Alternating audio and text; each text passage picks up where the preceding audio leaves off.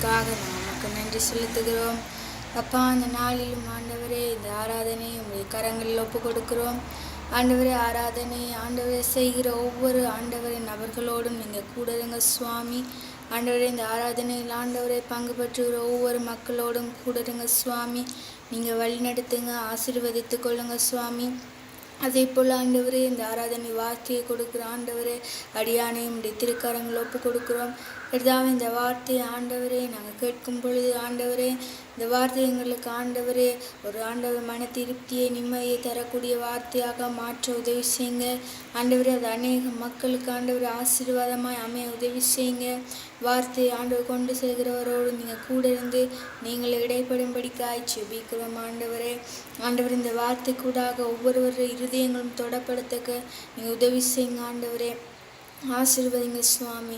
ஆண்டவரே, இந்த ஆண்டவர் ஆராதனையில் ஆண்டவரே செய்கிற ஒவ்வொரு ஆண்டவரே மக்களோடும் நீங்கள் கூட இருந்து வழிநடத்தும்படியாக எல்லாவற்றையும் திருக்கரங்கள் ஒப்புவித்து இயேசு கிறிஸ்துவின் நாமத்தினால் ஜெபிக்கிறோம் நல்ல பிதாவே.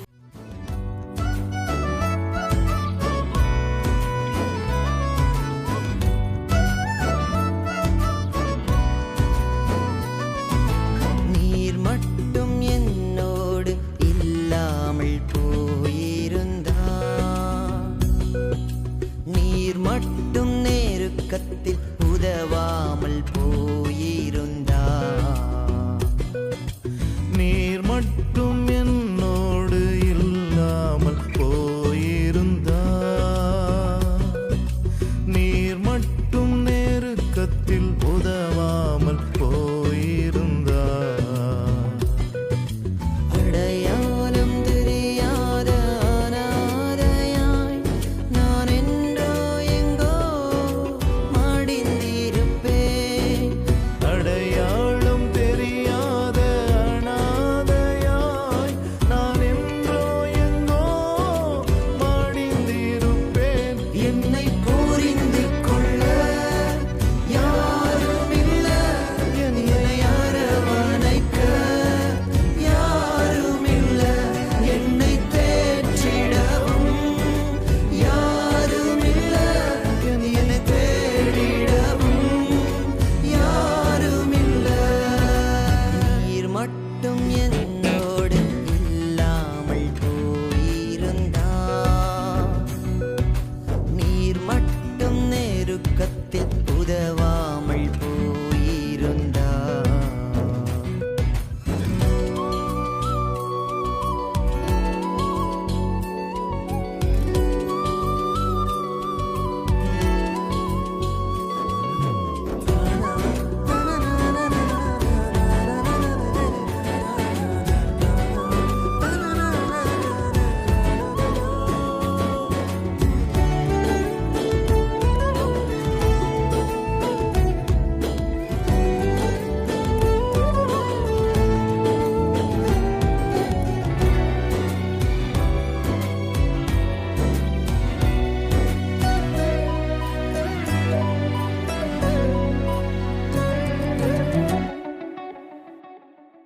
என் தானே மாயின் நேரத்தில் என்னோடு நீரிருந்தே நான் சோர்ந்திட்ட நேரத்தில் நீரே வேலன் தந்தே. என் தானே மாயின் நேரத்தில் என்னோடு நீரிருந்தே நான் சோர்ந்திட்ட நேரத்தில் நீரே வேலன் தந்தே.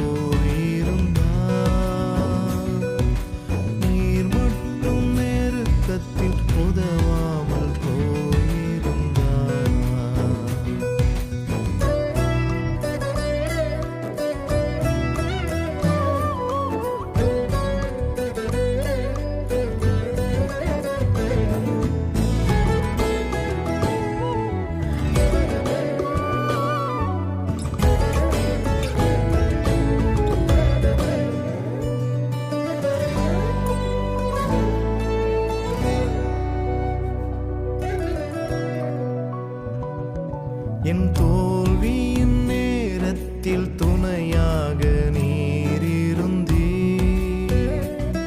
நான் தவறின நேரத்தில் கரத்தில் ஏந்திக் கொண்டீர். என் தோல்வியின் நேரத்தில் துணையாக நீரிருந்தீர். நான் தவறின நேரத்தில் கரத்தில் ஏந்திக் கொண்டீர். என் தோல்வியின் நேரம் நான் கலங்கின நேரம் உன் தோள் மீது சாய்த்துக் கொண்டீர். என் தோல்வியின் நேரம் நான் கலங்கின நேரம் உன் தோள் மீது சாய்த்துக் கொண்டீர். என்னை புரிந்து கொள்ள இயேசு உண்டு. என்னை அரவணைக்க என் நேசருண்டு. என்னை தேற்றிடவும் என் இயேசு உண்டு. என்னை தேடிடவும் என் நேசருண்டு. நீர் மட்டும் என்னோடு இல்லாமல் போயிருந்தார். நீர் மட்டும் நெருக்கத்தில் உதவாமல் போயிருந்தார்.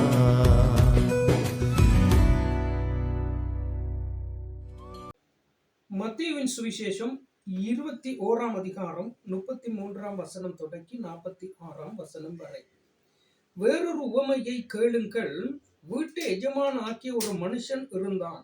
அவன் ஒரு திராட்சை தோட்டத்தை உண்டாக்கி அதை சுற்றிலும் வேலி அடைத்து அதில் ஒரு ஆலையை கட்டி கோபுரத்தை கட்டி தோட்டக்காரருக்கு அதை குத்தகையாக விட்டு புரதேசத்துக்கு போயிருந்தான். கனிகாலம் சமீபித்த போது அதன் கனிகளை வாங்கி கொண்டு வரும்படி தன் ஊழியக்காரரை தோட்டக்காரரிடத்தில் அனுப்பினான். தோட்டக்காரர் அந்த ஊழியக்காரரை பிடித்து ஒருவனை அடித்து ஒருவனை கொலை செய்து ஒருவனை கல்லெறிந்து கொன்றார்கள். பின்னும் அவன் முந்தினவர்களிலும் அதிகமான வேறே ஊழியக்காரரை அனுப்பினான். அவர்களையும் அப்படியே செய்தார்கள்.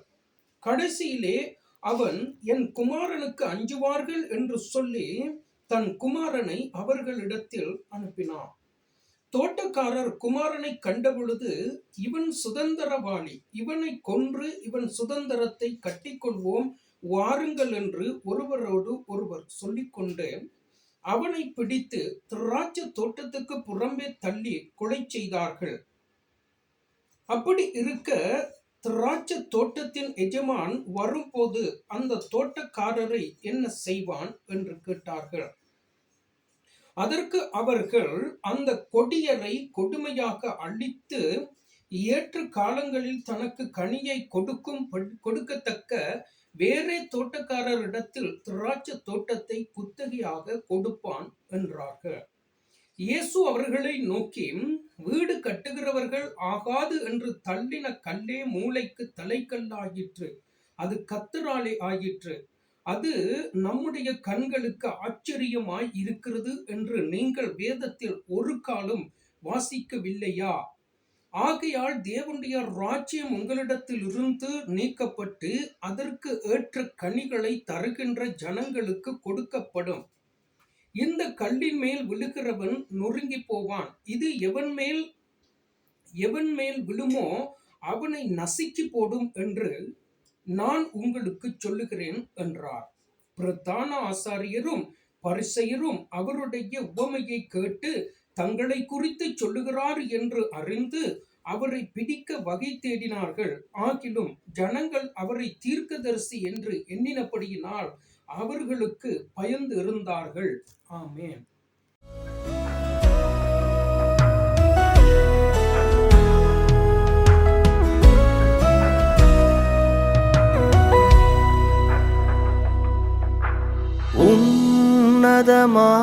உன்னதமானவரே, உயர் மறைவினில் காத்திடுமே,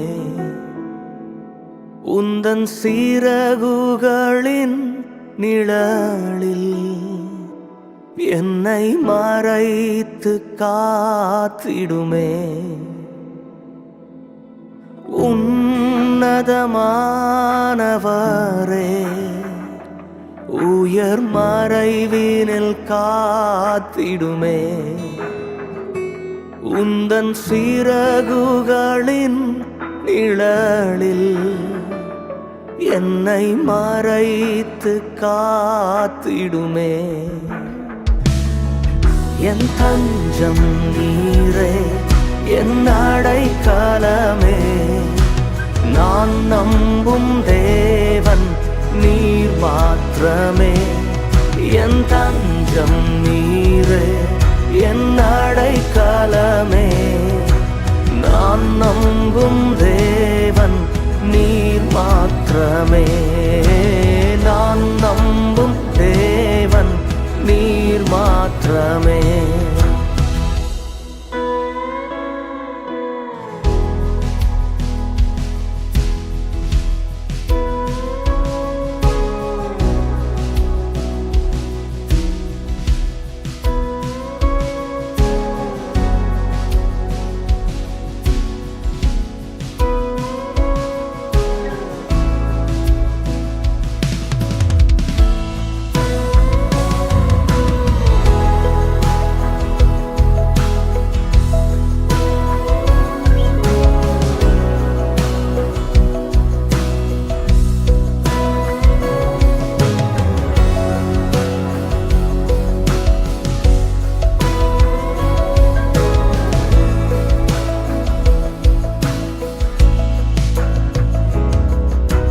அநாதைகளின் ஆதரவே, திக்கற்றோரின் புகலிடமே. அநாதைகளின் ஆதரவே, திக்கற்றோரின் புகலிடமே. பிளவுண்ட கண்மலையே,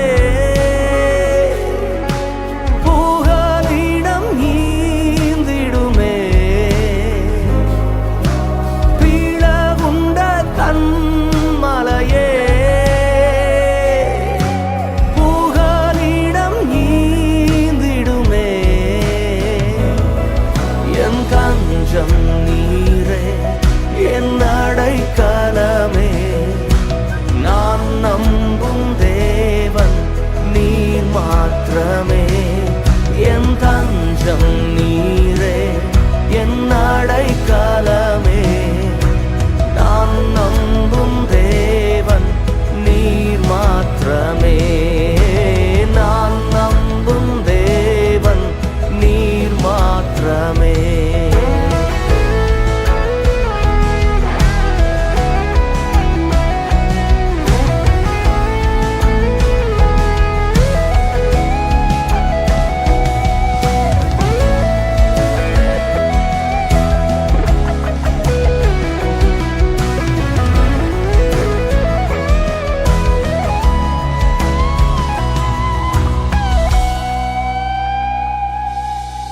நாமத்தினை நான் அறிந்ததினால் வெட்கப்பட்டு போவதில்லை. நாமத்தினை நான் அறிந்ததினால் வெட்கப்பட்டு போவதில்லை. உயர்ந்த அடைக்கலத்தில்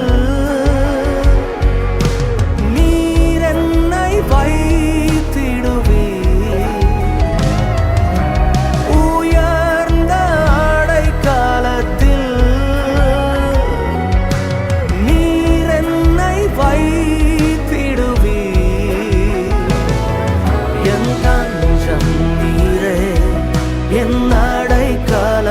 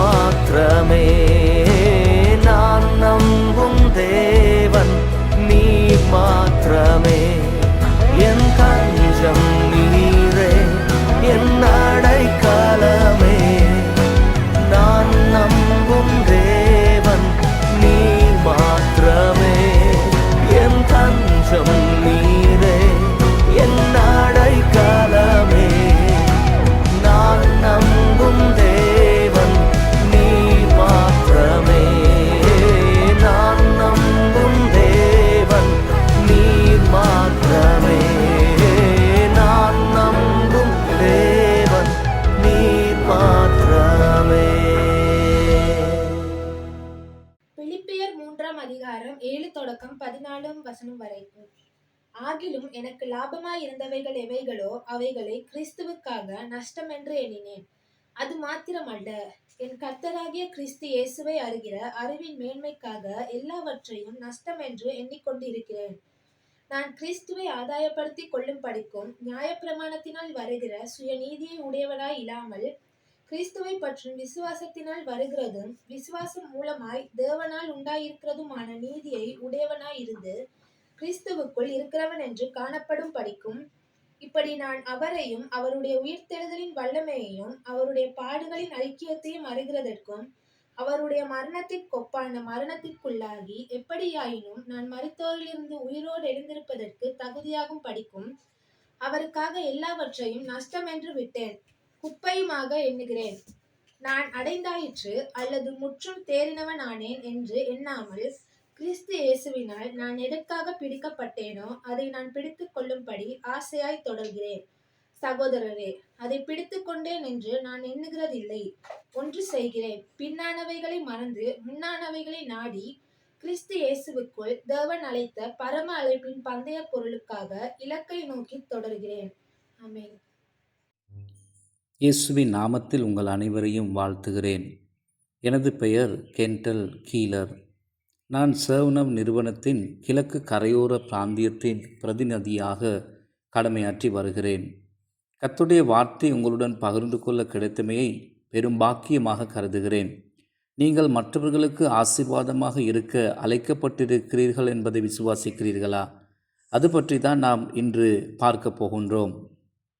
மத்தேயு 21வது அதிகாரம் 33வது வசனம் தொடங்கி 46வது வசனம் வரைக்கும் உள்ள பகுதியில் நாம் இதை இன்று நாளிலே பார்க்க போகின்றோம். நாம் ஆசீர்வாதமாக இருக்க அழைக்கப்பட்டிருந்தாலும், அதாவது தாங்கள் ஆசீர்வாதமாக இருக்க அழைக்கப்பட்டிருந்தாலும் அவ்வாறு வாழ தவறிய மக்களுக்கு இயேசு அதை குறித்து பேசுவதை நாம் இந்த பகுதியிலே பார்க்கிறோம். அவர்கள் தங்கள் அழைப்புக்கு இணங்க வாழவில்லை.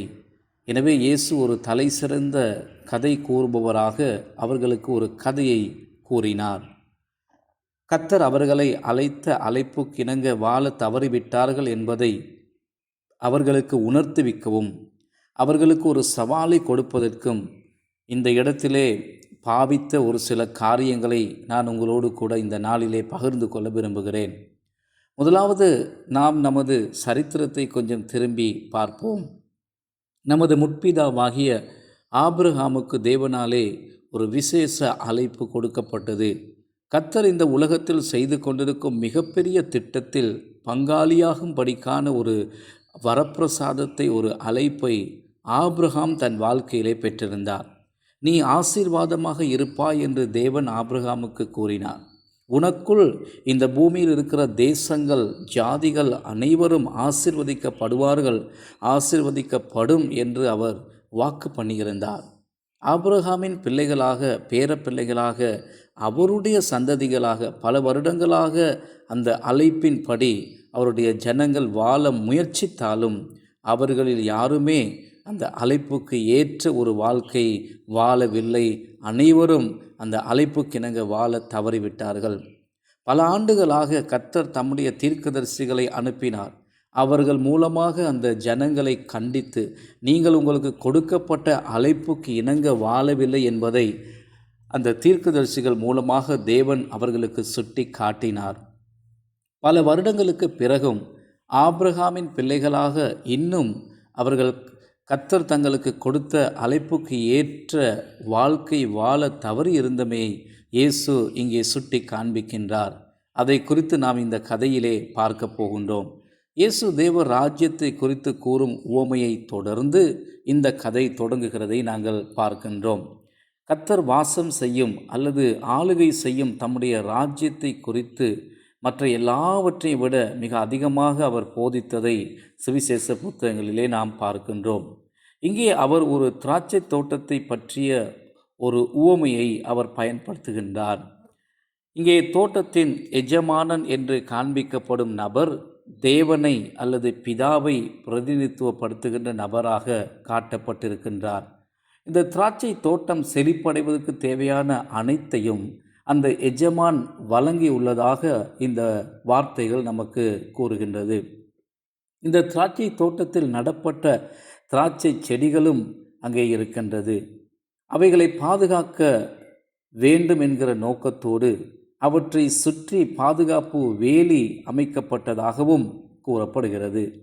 குத்தகைக்காரர்கள் திராட்சை தோட்ட ஆலையை குத்தகைக்கு வாங்கி தங்கள் உழைப்பை பாவித்து அவற்றை மிக விலையுயர்ந்த திராட்சை ரசமாக மாற்றி தங்கள் சமூகத்தில் வாழும் மக்களுடைய பயனுக்காக அதை வழங்குவது வழக்கமாயிருந்தது.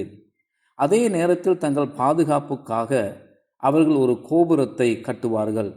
அந்த திராட்சை தோட்டத்துக்கு எந்த ஒரு திருடர்களும் வர முடியாத படிக்கு அதை பாதுகாப்பதற்காக ஒரு கோபுரத்தை அவர்கள் அமைத்து கொள்வதுண்டு. இந்த குத்தகைக்காரர்களுக்கு தேவையான அனைத்தையும் திராட்சை தோட்டத்தின் எஜமான் அவர்களுக்கு வழங்கியிருந்தார். அது மாத்திரமல்ல, இப்போது அந்த எஜமான் தன்னுடைய முழு வளாகத்தையும் அவர்கள் வசத்திலே ஒப்படைத்து விட்டு அதை அவர்களிடம் குத்தகைக்கு கொடுத்து விட்டு ஒரு தூர பிரயாணம் அவர் போய்விட்டார். அவர் அவர்களை நம்பி அதை அவர்களுக்கு முற்றிலுமாக கையளித்து விட்டு போனதை நாம் பார்க்கிறோம். இந்த குத்தகைக்காரர்களிடம் எஜமான் மீண்டுமாக வந்து கணக்கு கேட்கும் காலம் வந்தபோது அவர் வந்து தன்னுடைய தோட்டத்திலே சில கனிகளை அவர் கேட்டு அனுப்பின போதுதான் சிக்கல்களும் பிரச்சனைகளும் ஏற்படுவதை நாங்கள் இங்கே பார்க்கிறோம். இந்த இடத்தில் தான் இயேசு உண்மையில் தனது மக்களுக்கு ஒரு சவாலை கொடுக்கின்றார். பாருங்கள், கணக்கு ஒப்புவிக்க வேண்டிய நேரத்தில், அதாவது கனி காலம் வந்த போது எஜமான் தன்னுடைய வேலையாட்களை அனுப்பி கனிகளை தனக்கு அனுப்பி வைக்குமாறு அவர் கேட்டுக்கொள்கின்றார். இந்த ஊழியர்கள் தீர்க்கதரிசிகளை பிரதிநிதித்துவப்படுத்துகின்றார்கள். தேவனுடைய ஜனங்களுக்கும் ஆபிரகாமின் பிள்ளைகளுக்கு பல வருடங்களாக தேவனுடைய வார்த்தையை பிரசங்கித்தவர்கள்தான் இந்த தீர்க்கதரிசிகள். அவர் உங்களிடம் ஒப்படைத்த காரியங்களுக்கு நீங்கள் எத்தகைய விதத்தில் கணக்கு ஒப்புவிக்கப் போகின்றீர்கள்? அவர் உங்களிடம் கணக்கு கேட்பார். இதோ இந்த கதையில் இப்படியாக கூறப்பட்டிருக்கிறது. எஜமான் அவர்களிடம் அனுப்பின வேலையாட்களை அவர்கள் கொலை செய்து விட்டார்கள். சரித்திரம் முழுவதிலும் கர்த்தருடைய சத்தியமான வார்த்தைகளை தங்களிடத்திலே கொண்டு வந்த அனைத்து தேவ மனிதர்களையும் தீர்க்கதரிசிகளையும் இந்த ஜனங்கள் ஏற்றுக்கொள்ளாமல் அவர்களை கொலை செய்து விட்டதை நாம் பழைய ஏற்பாட்டிலே பார்க்கிறோம். அவர்கள் பல ஆண்டுகளாக தேவனால் அனுப்பப்பட்ட தீர்க்கதரிசிகளை புறக்கணித்து வந்தார்கள், நிராகரித்தார்கள், மேலும் அவர்களை கொலையும் செய்தார்கள். அப்பொழுது இயேசு இவ்வாறு கூறுகிறார். பின்பு எஜமான் தன் ஒரே பேரான குமாரனை அனுப்பினார் என்பதாக அவர் கூறுகிறார். இவ்வளவு கொடுமையான காரியங்களை இந்த ஜனங்கள் செய்தும் அந்த எஜமான் பொறுமையாக இருந்தார். தம்முடைய ராஜ்யத்தை கட்டியெழுப்பும் பொறுப்பை தம்முடைய குமாரனுக்கு கொடுத்திருந்தபடியினால் ஒருவேளை தம்முடைய குமாரனை அனுப்பும் போது அவர்கள் அவருடைய குமாரனை கண்டு ஒருவேளை அவரை மதித்து ஏற்றுக்கொள்வார்கள் என்கிற நம்பிக்கை எதிர்பார்ப்பும் இன்னும் அவருக்குள் இருந்தது. அவர் தனது ஒரே பேரான குமாரனை அந்த தோட்டத்துக்கு அனுப்பினார். குறைந்தபட்சம் அவர்கள் தன்னுடைய மகனையாவது மதிப்பார்கள் என்ற நம்பிக்கையோடு எதிர்பார்ப்போடும் அவர் தன் மகனை அனுப்பினார். அவருடைய குமாரன் நிராகரிக்கப்பட்டது மட்டுமல்ல, அவர் கொலை செய்யப்பட்டதை நாங்கள் பார்க்கிறோம். இந்த கதையில் குறிக்கப்படும் அந்த குமாரன் வேறு யாரும் அல்ல, அவர்தான் நம் ஆண்டவராகிய இயேசு கிறிஸ்து. யாரை இரட்சிப்பதற்காக, யாரை காப்பாற்றுவதற்காக இயேசு வந்தாரோ அதே ஜனங்களாலே அவர் நிராகரிக்கப்பட்டு கொலை செய்யப்பட்டார். அவர்கள் அவரை நிராகரித்தார்கள். கதையின் முடிவிலே தேவன் தம்முடைய நியாய தீர்ப்பை வழங்குவதை நாங்கள் பார்க்கிறோம். கர்த்தரே ராஜா. நாம் அவரை ராஜாவாக பார்த்தாலும் சில சமயங்களில் நம்முடைய உலகில் நம்மை சுற்றி இருக்கிறவர்கள், நம்முடைய தேசத்தின் தலைவர்களுக்கு அதிகாரம் இருப்பதினாலே அவர்கள்தான் நம்மை ஆளுகிறார்கள், ஆட்சி செய்கிறார்கள் என்று நாம் அநேக நேரம் நினைக்கிறோம். தங்களுக்கு சொந்தமான ஒரு ராஜ்யத்தை உருவாக்குகின்றோம் என்கிற உணர்வு அவர்களுக்கு கூட ஒரு சில நேரம் இருக்கலாம். ஆனால் இயேசு தம்முடைய நாட்களில் வாழ்ந்த மக்களுக்கு ஒரு சவாலை கொடுக்கிறார். கர்த்தரே ராஜா என்று, அவரே நம் அனைவரையும் ஆளுகை செய்கிறவர் என்பதை உணரும்படிக்கான ஒரு சவாலை இயேசு அந்த ஜனங்களுக்கு கொடுப்பதை நாங்கள் பார்க்கிறோம். எனவே இன்று நமக்கு இருக்கின்ற மிகப்பெரிய சவால் என்னவென்றால், கர்த்தர் நம்மை நம்பி நம்மிடத்திலே ஒப்படைத்த காரியங்களுக்கு நாம் எந்த அளவு பொறுப்புள்ளவர்களாக நடந்து கொள்கிறோம் என்கிற சவால். அவருடைய ராஜ்யத்தை கட்டுவதற்கு தேவையான அனைத்தையும் அவர் நமக்கு கொடுத்திருக்கிறார். மிக முக்கியமாக நாங்கள் பார்ப்போமானால் அவர் தம்முடைய ஒரே பேரான குமாரனாகிய இயேசுவையே நமக்காக கொடுத்திருக்கிறார். இயேசு நமக்காக வந்தார், நமக்காக மரித்தார், நமக்காகவே மரித்தோரிலிருந்து உயிரோடு கூட எழுந்தார். அவருக்காக நாம் என்ன செய்கிறோம்? அவருக்காக நாம் என்ன செய்ய போகின்றோம்? இதுதான் இன்றைய நாளிலே நமக்கு இருக்கின்ற சவால். கர்த்தர் தாமே இந்த வார்த்தைகளுக்கூடாக உங்களை ஆசீர்வதிப்பாராக. ஆமேன்.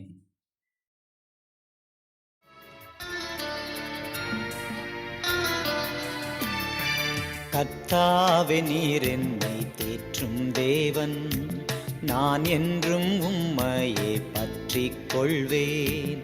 கர்த்தாவே, நீர் என்னை தேற்றும் தேவன், நான் என்றும் உம்மையே பற்றிக் கொள்வேன்.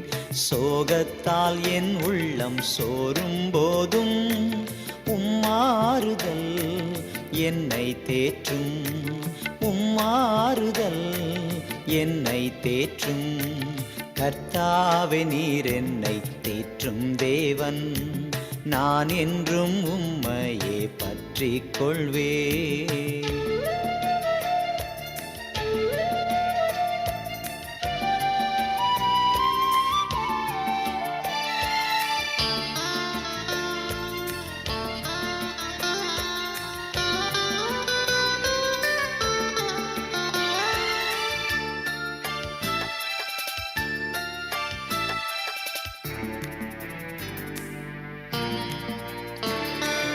என் கால்கள் சறுக்கும் முன்னே நீர் என்னை தாங்குகின்றீர். என் கால்கள் சறுக்கும் முன்னே நீர் என்னை தாங்குகின்றீர். மானானது நீரோடையை, மானானது நீரோடையை வாஞ்சிப்பது போலும் வாஞ்சிக்கின்றேன். கர்த்தாவே, நீர் என்னை தேற்றும் தேவன்.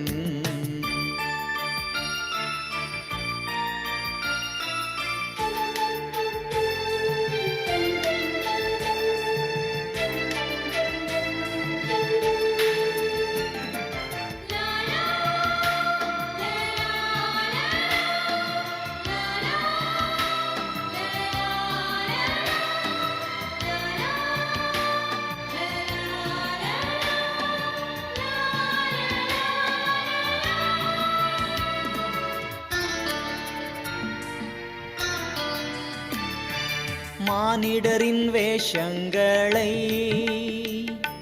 மாற்றும் உன்னே சந்தனை, மானிடரின் வேஷங்களை மாற்றும் உன்னே சந்தனை.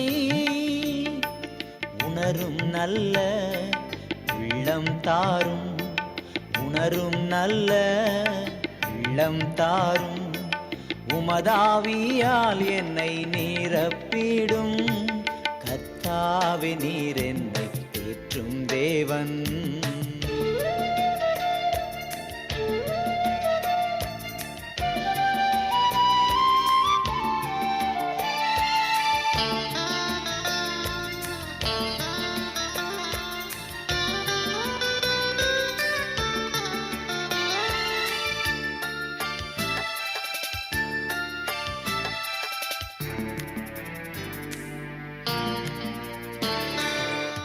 உள்ளம் உடைய பண்ணும்